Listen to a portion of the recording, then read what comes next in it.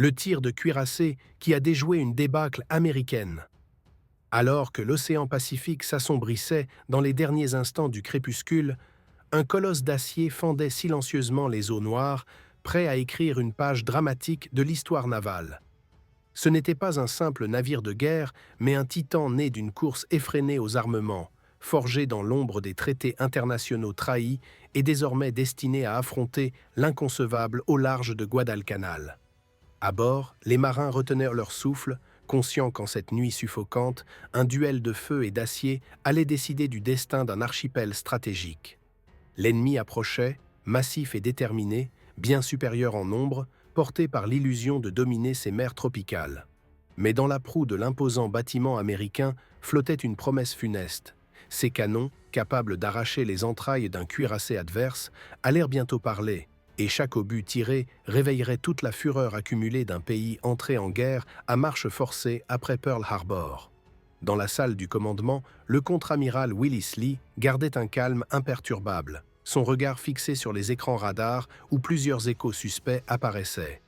Lui savait déjà, ce soir, le Pacifique brûlerait. Sur le papier, tout indiquait que le colosse d'acier baptisé Washington ne devait jamais voir une bataille réelle. Quand sa quille fut posée, en 1938, tout portait à croire que les États-Unis resteraient encore longtemps à l'écart des conflits mondiaux. Pourtant, les illusions pacifistes volèrent en éclats le 7 décembre 1941, lorsque le Japon lança son attaque surprise contre Pearl Harbor. Dès lors, le mastodonte allait devenir l'une des clés de la reconquête américaine dans le Pacifique. Mais dans cette nuit opaque au large de Guadalcanal, ni les traités, ni les théories navales, ni les statistiques de construction navale ne comptaient plus. Seul restait le duel primordial, survivre ou sombrer. Quand les ingénieurs tracèrent les premières lignes du Washington à la fin des années 30, ils n'imaginaient pas encore que leur création deviendrait un symbole ambigu de la modernité militaire, à la fois enfant des traités internationaux et démenti vivant de leurs illusions sur la paix durable.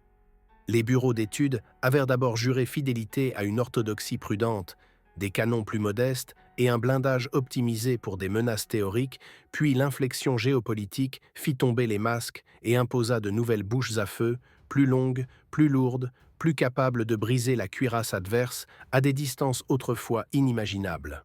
Dans les ateliers, les chaudronniers entendèrent la politique cogner sur l'acier, chaque rivet semblant valider une maxime déjà vieille, comme Thucydide, selon laquelle la peur, l'honneur et l'intérêt dictent toujours le destin des puissances. Dans cette matrice de cuivre et de vapeur, une évidence sourdait déjà pour qui savait lire les chiffres de déplacement, la signature des turbines, l'équilibre du rapport puissance-vitesse, à savoir que ce géant naissait pour une nuit précise, une mer précise, un rendez-vous où l'on n'a pas le droit d'arriver en retard. Pour un public français, habitué au drame politique autant qu'au raffinement technique, l'histoire du Washington a le parfum d'une grande thèse sur la responsabilité industrielle face à l'irruption de la guerre. Les choix d'architecture navale trahissent des arbitrages brutaux, la course au calibre répondant à la dialectique de l'escalade, et l'on devine derrière chaque plan une lecture fébrile des rapports d'état-major, des télégrammes laconiques, des signaux d'alerte qui traversèrent l'Atlantique. Le paradoxe est saisissant, car le navire fut d'abord pensé comme un compromis surveillé par les traités, avant d'être propulsé dans l'arène par l'effondrement des garde-fous internationaux. Et cette bascule conféra à sa silhouette une allure presque tragique, celle d'un athlète savamment mesuré, puis brusquement libéré de ses chaînes au moment d'entrer sur le ring. Cette tension fondatrice explique la personnalité opérationnelle du bâtiment, à la fois discipliné par des contraintes héritées et transcendé par une volonté d'impact, comme si la coque elle-même gardait mémoire de la prudence d'hier tout en s'offrant l'aplomb d'un gladiateur. Dans l'Atlantique Nord, le Washington a pris d'abord la modestie, cette vertu que les chantiers ne peuvent inculquer qu'en théorie et que seule la mer transforme en réflexe vital. Le froid saisissait les tôles et rendait les instruments sourds. Les paquets de mer couraient sur le pont comme des bêtes, et chaque vibration de l'arbre porteur devenait un alphabet secret que les mécaniciens de quart devaient déchiffrer pour prévenir la panne avant qu'elle ne s'invite. L'escorte transocéanique n'avait rien du panache romantique. C'était une chorégraphie de patience et de silence, une manière de se rendre invisible au destin en alignant les heures grises. Et dans cette monotonie seulement trouée par l'alarme, un équipage se forgea un caractère, mélange de prudence presque religieuse et de résolution sèche. Ce fut là, loin des tropiques de légende, que la théorie des manuels se brisa sur la houle, et que le cuirassé comprit que survivre, c'était d'abord écouter, corriger, recommencer, jusqu'à stabiliser un sillage comme on fixe une respiration. Les premières alertes prirent la forme de rumeurs, puis de silhouettes confuses sur l'horizon. Et le Washington, en tête d'une force composite, dut balancer entre l'instinct de chasse et la discipline des procédures. Car la mer n'accorde pas de seconde chance à ceux qui confondent vitesse et précipitation. À mesure que l'on croisait les masses d'acier alliées et que se multipliaient les exercices de tir dans des brumes épaisses, une évidence s'imposa aux officiers, à savoir que la guerre moderne exigeait moins des coups d'éclat que des chaînes d'actes impeccables, ces micro-décisions alignées comme des coutures sur une voile. Les hommes, baignés de fatigue et de café, apprirent à faire confiance aux ondes, à interpréter un écho discret, à jauger la ruse de l'adversaire qui parfois n'était qu'un caprice du climat. Et cette gymnastique mentale affûta une lucidité qui plus tard ferait la différence dans une nuit où chaque erreur se paie au prix fort. Ainsi se construisit une compétence invisible aux curieux, une science des marges et des intervalles, le genre de capital discret qui ne fait pas les unes, mais qui, le moment venu, sauve des vies. Dans les parages glacés des convois de l'Atlantique Nord, la discipline devint une seconde peau. Non pas un carcan, mais une assurance vie forgée par les nuits sans lune où la houle imitait la respiration d'un prédateur. Les hommes du Washington apprirent à dissocier l'angoisse de l'action, à tenir leur poste dans un vacarme d'acier et de givre, à faire taire l'imaginaire quand une traînée d'écume ressemblait trop à la signature d'une torpille. Le cuirassé, souvent cantonné au rôle ingrat de rempart lointain, projetait sa présence comme une ombre tutélaire sur les cargos surchargés, et cette force silencieuse, plus psychologique que cinétique, empêchait les doutes de se répandre tel un poison. Chaque quart tenait de la liturgie, chaque procédure d'un exorcisme contre l'imprévu, et de cette répétition naquit une forme d'élégance austère, combinaison de prudence et d'audace contenue, prête à se déployer au premier ordre. Les incidents, d'abord mineurs, s'empilèrent comme des avertissements du destin, une soudure à reprendre en urgence, un compas récalcitrant, un relais qui chauffait plus que de raison, autant de failles minuscules qui, dans un autre contexte, seraient là passées pour des caprices matériels. Ici, elles devenaient des rappels à l'humilité, des messages écrits dans la glace et la brume, et l'équipage répondit en serrant les rangs, en sanctifiant la qualité du geste plus encore que la vitesse. On perfectionna l'art de la veille, on affina l'écoute des machines, on développa une grammaire intime pour lire la mer et ses reflets, jusqu'à reconnaître dans une variation d'odeur d'huile la promesse d'une avarie, dans un rythme de vibration la plainte d'un palier. Cette intelligence collective, tissée dans la fatigue, fut la véritable armure du bâtiment, plus décisive que n'importe quelle épaisseur de blindage. Au fil des traversées, l'idée romantique de la bataille céda la place à une vérité plus nue, celle d'une guerre de nerfs où l'ennemi le plus constant restait le temps lui-même, dilaté par les attentes et compressé par les alarmes. Les officiers comprirent que la victoire n'était pas un feu d'artifice, mais une somme de renoncements bien placés, de risques calculés, de replis tactiques qui sauvèrent l'essentiel. La grandeur, ici, n'avait pas la flamboyance des tableaux d'histoire, elle portait la tenue grise du quotidien. Elle se résumait à livrer intacte une colonne de navires marchands à l'aube d'un port battu par la pluie. Et paradoxalement, c'est dans cette modestie méthodique que se préparait la nuit héroïque à venir, comme si le destin éprouvait d'abord la patience avant d'offrir l'occasion de frapper. Enfin, un épisode scella la maturité du Washington et de ses hommes, quand l'alerte se transforma en certitude, quand l'hypothèse d'un choc laissa place à l'évidence d'un rendez-vous avec la violence. La passerelle resserra ses procédures, la soute à munitions vibra d'une tension neuve, et sur les ponts balayés par les embruns, chacun révisa en silence la séquence des gestes qui, le moment venu, doivent s'enchaîner sans trembler. Ce n'était pas la panique, mais l'acceptation lucide du prix à payer pour protéger d'autres vies. Cette solidité morale que les océans exigent de ceux qui prétendent les traverser en maîtres. Lorsque l'horizon redevint vide après la tempête, personne ne cria victoire. Mais tous reconnurent dans ce calme revenu un serment tacite, celui d'être prêt la prochaine fois à dépasser non seulement l'adversaire, mais ses propres limites.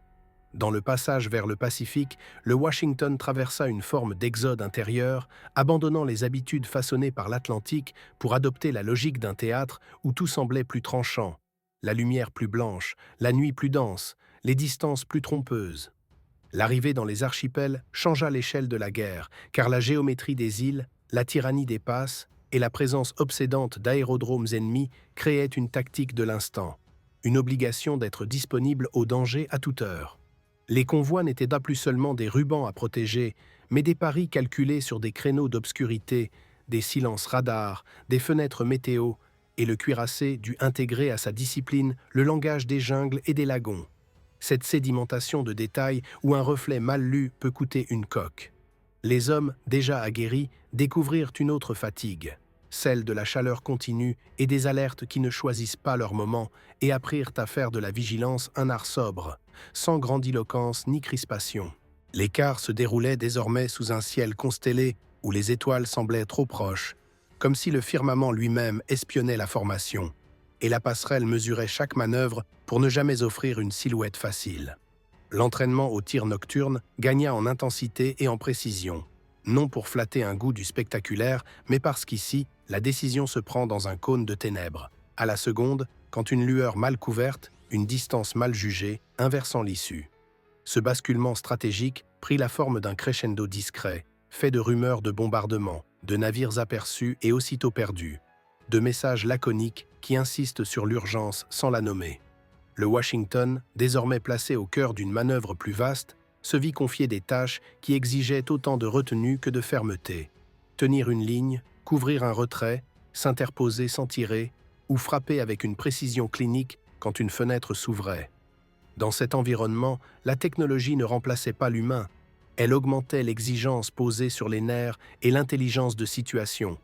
Et c'est la qualité du collectif, sa respiration commune, qui assurait la continuité du geste juste. La préparation à la nuit décisive se fit sans proclamation, avec la gravité des choses qu'on sait proches, et les procédures furent relues encore et encore jusqu'à devenir une seconde nature. Dans les soutes et les ateliers, on optimisa l'ordinaire, des approvisionnements sourcilleux aux séquences d'armement, de sorte que la chaîne logistique, souvent invisible, devienne un fleuve limpide au moment d'atteindre les canons. Sur les ponts, des répétitions silencieuses fixèrent des réflexes partagés, un langage minimal de signes et de regards, parce que dans le tumulte, les mots se dissolvent et seule la clarté des rôles sauvegarde l'intention initiale. Pour un esprit français, habitué à penser la guerre comme un dialogue de volonté et de ruse, cette montée vers l'affrontement a l'élégance d'une mise en scène classique, avec ses unités de temps, de lieu et d'action compressées dans une baie, une nuit et un pari. Les officiers comprenaient que la valeur n'est rien sans la maîtrise, que l'impétuosité, dans une mer piégée d'ombre, n'est qu'un déguisement du hasard, et qu'il faut aimer la mesure pour savoir frapper juste. Le cuirassé, tel un acteur qui connaît la pièce jusqu'au souffle, entra ainsi dans sa veille avec la sérénité des outils bien affûtés, prêt à imposer sa cadence dans le vacarme à venir. Dans la nuit compacte qui avale les contours des îles, la passerelle se transforma en chambre noire où chaque souffle était une décision retenue, chaque regard une trajectoire à prévoir, et les postes de tir, enfouis dans la coque, devinrent autant d'orgues où se réglait le tempo de la bataille. Les ondes racontaient plus qu'elles ne montraient, et la géométrie des échos imposait une musique sèche, faite d'angles, de relèvements, de vitesses croisées, tandis que sur les ponts, des silhouettes muettes réécrivaient la scène avec des gestes sûrs. La mer, pourtant omniprésente, n'était plus que support et résonance, car la vraie profondeur se creusait entre des points invisibles auxquels il fallait donner un nom, un cap, une intention, jusqu'à faire émerger la cible de la nuit comme on tire un négatif de son bain révélateur. Le premier contact fut un frisson plutôt qu'un spectacle, une suite d'indices qui s'emboîtent, une lente certitude qui grandit, et l'équipage, déjà tendu comme une corde, sentit la vibration particulière qui annonce le passage de la veille à l'acte. Les ordres prirent une densité nouvelle, moins de mots et plus de place à l'essentiel, et chaque chaîne humaine, de la soute au télépointeur, se mit à circuler avec une précision presque chorégraphique. Dans cette clarté rigoureuse, les émotions n'étaient pas bannies, elles étaient transmutées, offertes à la mécanique de la décision comme un carburant discipliné, et c'est ainsi que l'audace put s'installer sans bruit à côté de la prudence, prête à bondir quand l'ouverture surgirait. L'opposition, sûre d'elle et plus nombreuse, avait la confiance des chiffres et l'habitude des percées dans l'obscurité. Mais la nuit, traîtresse, favorise ceux qui l'ont patiemment apprise plutôt que ceux qui la bousculent. Les éclats éclairants griffèrent le ciel comme des rappels à l'ordre, révélant des bribes de théâtre, des silhouettes tronquées que l'imagination voudrait compléter trop vite. Et la seule sagesse consistait à refuser l'illusion pour s'en tenir à la trace nette des mesures. Le navire respira en cadence, le métal vibra comme une peau tendue, et la fine pellicule de peur se mua en concentration, cette qualité rare qui rend le temps plus vaste sans l'allonger, au point d'autoriser dans une seconde davantage d'intelligence que dans une heure molle. Alors, lorsque la fenêtre s'ouvrit, elle apparut moins comme un miracle que comme la conséquence d'une rigueur obstinée, et la décision, qui ailleurs s'énonce avec emphase, s'exprima ici par un silence plus lourd que n'importe quel cri. Le geste fut direct, calibré, dénué de toute fioriture, et sur les ponts la lumière rouge semblait flotter dans une brume immobile, tandis que l'onde du choc remontait les cloisons à la manière d'un verdict. Rien ne fut laissé à la chance, car la chance se fabrique dans la préparation, et la mer, qui n'a pas d'âme, récompense pourtant cette aridité disciplinée par un simple fait, la trajectoire juste, le point touché, l'intention adverse brisée. Pour une sensibilité française qui sait reconnaître la beauté d'un duel quand il est mené avec tenue, ce moment a le goût d'une tragédie sans emphase, où l'art et la nécessité cohabitent dans le même geste. La grandeur n'est pas dans la fureur, elle gît dans la tenue des nerfs, dans l'accord des mains et des cerveaux, dans la continuité d'un choix qui refuse le brouhaha pour embrasser la justesse. Et quand la nuit se referma comme une paupière sur le tumulte, l'écume seule garda la mémoire des forces engagées, tandis que sur la passerelle, chacun retrouvait sa respiration, non pour relâcher, mais pour tenir la ligne jusqu'au bout du rôle. Dans le labyrinthe obscur des passes, la nuit sembla soudain s'épaissir, comme si l'air lui-même voulait ralentir le geste qui allait décider de la suite, et le Washington, tendu comme un arc, entra dans cette seconde où la technique se fond dans l'instinct. Les équipes de conduite et de tir, rivées à la mesure et à la cadence, alignèrent des paramètres qui n'étaient de plus des chiffres, mais des intentions matérialisées. Et la coque entière, des soutes au mât, se fit nerf et œil. L'adversaire, sûr de son ombre et de son élan, croyait imposer sa masse, mais l'ombre protège d'abord ceux qui la respectent, et cette révérence silencieuse, acquise au prix de longues veilles, autorisa le geste net, celui qui scinde le chaos en une trajectoire utile. Le fracas qui suivit n'eut rien de spectaculaire pour ceux qui opéraient dans la pénombre rouge des postes, car ils n'entendirent que la vérité brute d'un verdict, la continuité d'un calcul juste, la preuve tangible qu'une chaîne humaine, bien réglée, peut plier la violence à une volonté commune. Les lueurs d'éclatement, griffant un ciel sans lune, ne furent perçues que par intermittence, comme des éclats d'un récit que l'on devine plus qu'on ne le voit, et pourtant chaque microseconde portait une densité de choix qu'aucune rhétorique ne saurait amplifier. Là où d'autres cherchent l'héroïsme, il n'y eut que constance, seulement des mains fidèles à leur office, un navire qui respire et qui tient sa ligne, et face à lui, une assurance adverse qui se défait lorsqu'elle rencontre une précision qu'elle n'avait pas prévue. Dans les entrailles, la chaleur s'installait avec une autorité sèche, rappelant que le travail des hommes se paie en fatigue et en silence, et que chaque décision exige une rançon invisible, celle d'un corps qui s'entête à tenir, d'un esprit qui refuse la facilité de la panique. La passerelle ne commenta rien, n'exalta rien, elle déroula simplement la suite logique, un cran, puis un autre, et cette sobriété gouverna la furie mieux que n'importe quel cri. La mer, indifférente, transporta la nouvelle à sa manière, par un roulis légèrement modifié, par une odeur, par un grain de vibration différent qui dit à ceux qui savent sentir que la bascule a eu lieu. Quand la contre-attaque se dessina, la tentation fut grande d'étreindre trop tôt une victoire encore fragile. Mais l'équipage, aguerri par ses jours gris, sut refuser l'ivresse, maintenir la distance juste, protéger ses angles et transformer l'élan isolé en avantage durable. On rétablit la cohérence de la formation, on couvrit les secteurs qui devaient l'être, on refusa de s'exposer à l'inutile, et cette discipline, que d'aucuns trouvent terne, traça précisément le chemin par lequel la foudre peut frapper une seconde fois sans se perdre. Ainsi la bataille, qui aime l'emphase, dut se résoudre dans une grammaire d'économie et de décisions exactes. Le théâtre rendu à sa vérité d'atelier. Bien préparé, bien visé, bien enchaînés.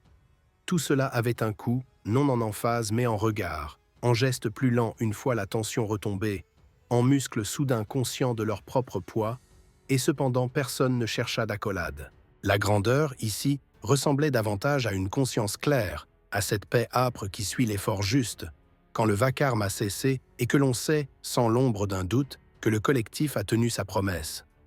Il restait à convertir l'instant gagné en trajectoire, à verrouiller l'accès aux erreurs tardives et à garder dans le secret des soutes la leçon apprise. La nuit ne pardonne pas, mais elle récompense ceux qui la traitent comme un art. Au petit matin, la mer prit l'aspect d'un atelier après l'orage, avec ses traces effacées trop vite, ses odeurs mêlées de métal chaud et de sel, et sur les ponts, une retenue quasi liturgique pesa sur les gestes des équipes. On parlait bas, non par superstition, mais par respect pour l'effort qui venait d'être donné, et chaque vérification de routine, chaque nettoyage méticuleux, devint une manière d'honorer la continuité du navire lui-même. La fatigue, dense et honnête, rendit les visages plus graves sans les assombrir, et l'on sentit dans ce silence une forme de prospérité rare, celle d'un collectif qui vient de traverser la nuit sans se perdre.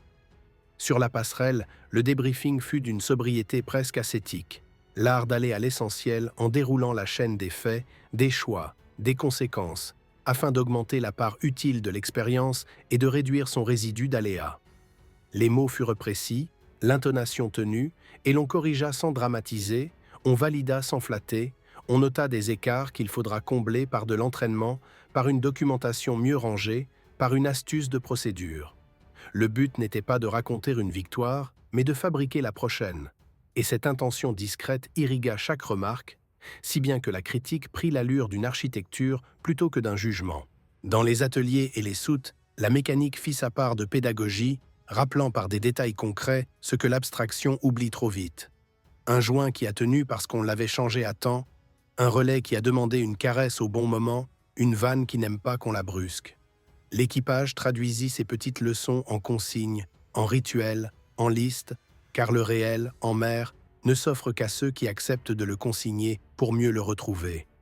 De cette paperasse intelligente, loin d'être une corvée, naquit un supplément de liberté, puisque chaque clarté arrachée aux coulisses autorise, le moment venu, un geste plus libre à la proue. La dimension intime, elle, se manifesta par des silences partagés, par des cafés-bus sans commentaire, par une fraternité plus dense qui ne cherche pas tout de suite ses mots. Certains regardèrent la mer plus longtemps que d'habitude, non pour y chercher un sens, mais pour en absorber la simple immensité.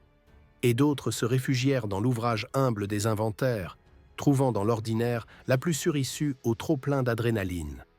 Cette digestion sans emphase forgea une confiance neuve, pas l'arrogance qui fait trébucher, mais la certitude qu'un groupe peut, par sa tenue, domestiquer une partie du hasard. À l'échelle du commandement, la nuit passée fut relue comme une scène de théâtre classique, avec ses unités bien marquées et sa catharsis sans éclat, et l'on décida d'endurcir encore la discipline des transmissions, d'épurer la grammaire des signaux, de resserrer la boucle entre perception, décision, exécution.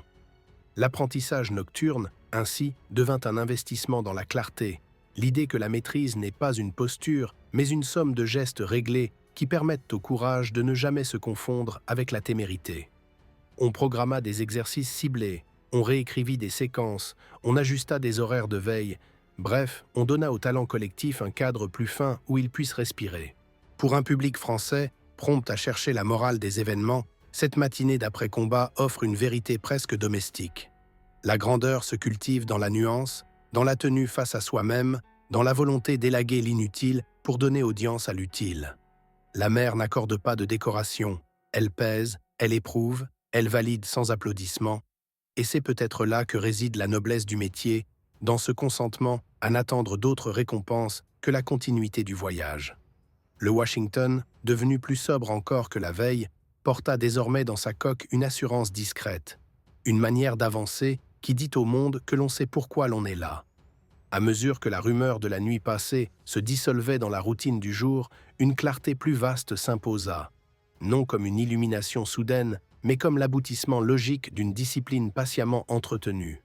La chaîne de commandement sentit que la cohérence n'était plus une simple vertu interne, elle devenait un multiplicateur, un facteur discret qui rend chaque ordre plus court, chaque exécution plus sûre, chaque imprévu moins coûteux.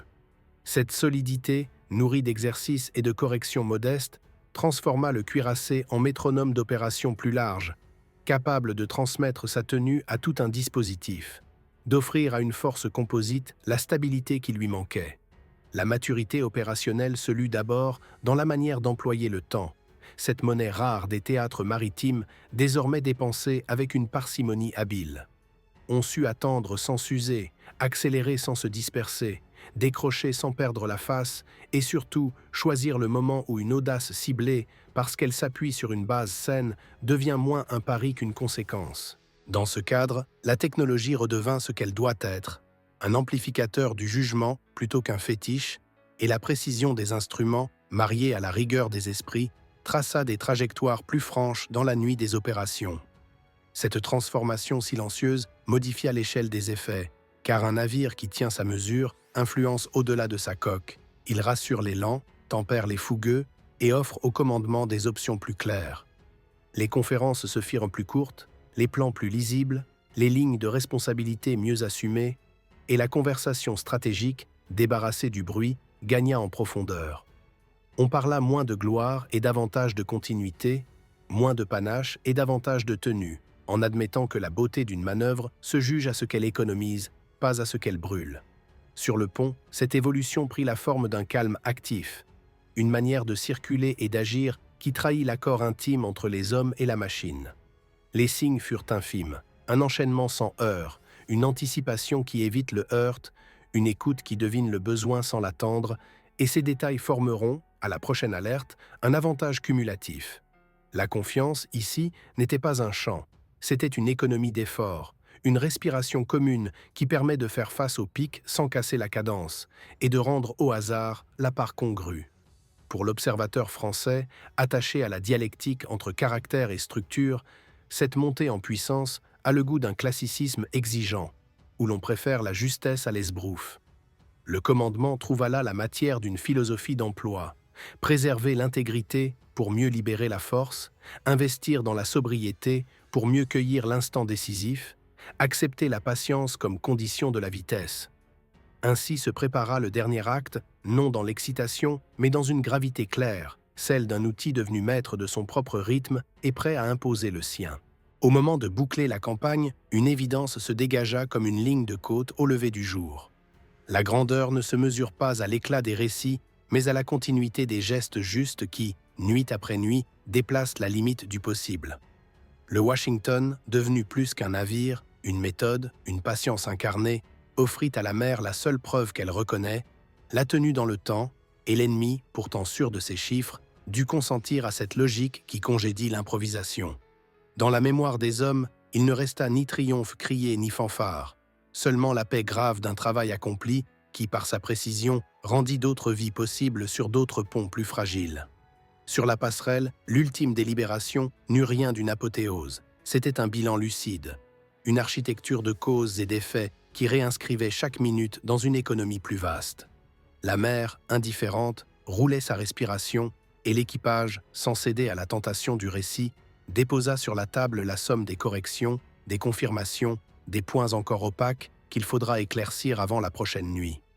L'instrument et l'humain, accordés par l'épreuve, s'étaient réciproquement ennoblis, et cette alliance, plus que n'importe quelle statistique, valait promesse pour les routes à venir. La leçon finale, celle que comprennent les esprits adultes qui ont vu l'histoire se faire et se défaire, tient en peu de mots: la force n'est rien sans mesure, la vitesse n'est rien sans cap, et le courage n'est fiable qu'à l'intérieur d'une grammaire disciplinée. Ce que le navire démontra, c'est qu'un collectif peut convertir la grisaille des procédures en vitesse décisive, et qu'à l'instant de frapper, la main ne tremble pas quand tout ce qui la précède fut rangé, relu, peaufiné. La beauté de ce métier, au fond, n'est pas dans l'exception mais dans la règle, non dans l'étincelle, mais dans le foyer entretenu. En quittant ces eaux chargées d'échos, le Washington ne portait pas seulement des cicatrices utiles, il emportait une façon nouvelle de regarder le monde. Ni exaltée, ni cynique, mais résolue, consciente du prix à payer et de la valeur exacte de ce qui est sauvé. Les hommes savaient désormais reconnaître le moment où l'on doit s'effacer et celui où l'on doit s'interposer. La seconde qui réclame un geste pur est celle qui exige d'attendre. Et cette science, imparfaite mais vivante, les liait comme un serment. La mer continuait, et avec elle, la nécessité d'être à la hauteur, encore et encore, sans réclamer de témoins. Pour un public français, habitué à chercher la part humaine dans les mécaniques de la puissance, ce récit se referme comme un livre qu'on repose sans hâte, en gardant au cœur une idée simple. La vraie victoire est une hygiène, pas une explosion. Elle s'enseigne par l'exemple, par la main posée juste, par le mot épargné, par l'attention qui refuse les mirages, et c'est pourquoi elle dure. Le cuirassé, réduit à une silhouette au loin, laissait derrière lui une méthode transmissible, une discipline qui fait école, et la mer souveraine le laissait passer. Merci d'avoir suivi cette histoire jusqu'au bout. Si cette narration a plu, si elle a touché quelque chose d'exigeant et de juste, un geste compte vraiment. Mettre un like, écrire un commentaire pour dire ce qui a frappé ou manqué, et s'abonner pour ne pas rater les prochains récits pensés pour une audience française adulte. Etot Malenki Rituel nourrit des histoires longues à fabriquer et permet d'aller plus loin, plus précisément là où la nuance et la tenue ont encore quelque chose à dire.